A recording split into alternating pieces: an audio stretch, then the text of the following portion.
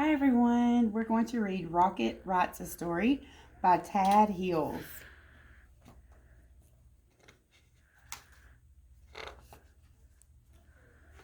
Rocket loved books. He loved to read them to himself or to sit quietly by his teacher, the little yellow bird, as she read them aloud. Rocket even liked the way books smelled. When he opened a new book, it smelled like a place he'd never been to, like a friend he'd never met. The little yellow bird agreed. Books are inspiring. They make me sing. Rocket loved words too. After snack time, his teacher would say, "Rocket, why don't you use that nose of yours to sniff out some new words?" And off he'd go. He'd fetch some nice ones like buttercup and bug and feather and nest. "I'm looking for words," Rocket would announce to anyone who'd listen. Rocket always brought his words back to the classroom and wrote them down. The little yellow bird would help him spell the tricky ones, then they'd hang them on their word tree. Sometimes the bird added her own words to the collection. "This one is small, but I promise it'll come in handy," she said. There's the word up. "Magnificent," chirped the little yellow bird once their tree was covered. "Now what shall we do with all these splendid words?" Rocket thought all afternoon. Then he had an idea. Rocket left school that day with a very waggy tail. "I'm going to write a story," he declared to Fred and Emma. "My story will be adventure about the great wide world," he told a butterfly. "I will use many words," he explained to Mr. Barker. "Hello up there," he called as he passed the tree where he had found the word nest. "I'm going to write a story." The next day, Rocket returned to his classroom. It was time to begin. He looked down at the blank page, and the blank page looked up at him. But no story would come. At snack time, Rocket gave up. "I don't know what to write," he told his teacher.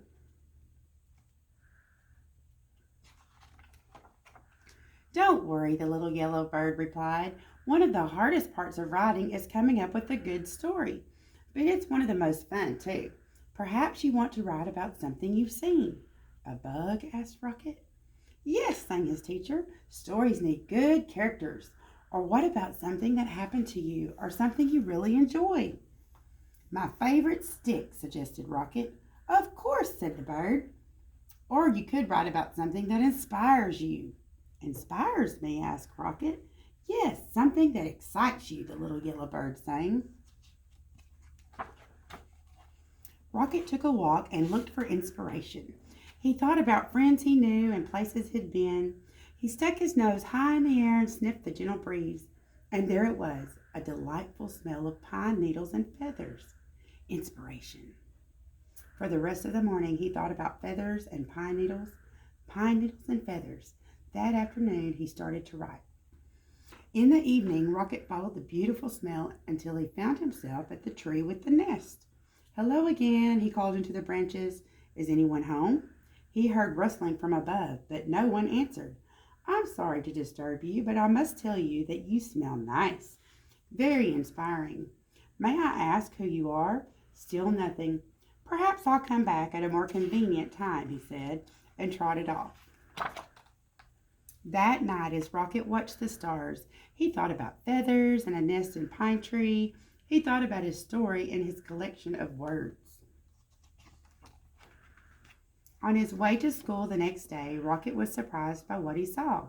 "A brand new word," he said. "It's already written down. It says," he tried to sound the word out, "owl." "Owl," came a quiet voice from the branches. "It says owl. That's me." "Thank you, Owl," Rocket called. "I'm always looking for words, and this one's a beauty." Rocket ran all the way to his classroom. O-W-L, owl. "Now there's a word you don't hear every day," chirped the little yellow bird. "Only 3 letters, but what a word." "It was a present," exclaimed Rocket, and he added the new word to his story. "I'm writing a story about you," Rocket announced proudly to the owl the next morning. The owl poked her head out of the nest, and for the first time Rocket saw her friendly face. Her big round eyes blinked below feathery tufts. "About me?" she asked softly. "Would you like to come down and hear it?" asked Rocket. "Thank you, but I think I'll listen from my nest," the owl answered. So Rocket cleared his throat and began to read. Once there was an owl. She smelt like feathers and pine needles. She lived in a tree. The owl's eyes widened. "Is there more?" "There will be," said Rocket. Each day, Rocket worked on his story. He wrote words down and crossed words out. When things were going well, he wagged his tail. When he didn't know what to write, he growled. Sometimes he drew pictures for his story or took a walk in the meadow to look for inspiration. The little yellow bird encouraged him. "Remember, stories take time," she'd say. She wanted to know more about the owl and asked Rocket questions. "Why do you think the owl wouldn't come down? What color is her beak? What does she do every day?"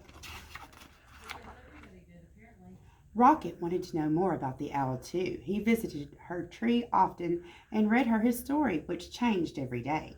The owl was captivated. And when Rocket stopped, she would always ask, "Then what happened?" At last came the day when Rocket knew he was finished. "What a fine story," chirped the little yellow bird after she read it. Rocket ran to the owl's pine tree. "It's done," he called. "Come listen." And so down and down came the owl till she was right beside Rocket. Then Rocket began to read. He read about an owl with friendly eyes and a beak the color of a buttercup. She lived in a nest high in a tree on the edge of a meadow and smelt like pine needles and feathers. She liked to nap in the daytime and listen to stories. Branch by branch, the owl came down from her nest. Rocket read. She was shy, but she was brave too. Suddenly, Rocket stopped. He wrote something on his paper, then began to read again. One day, the owl came all the way to the ground and became my friend. The owl blinked. "Can there be one last sentence?" she asked. "Can you say, 'And the owl liked the story very much'?" "What a perfect ending," said Rocket. And it was.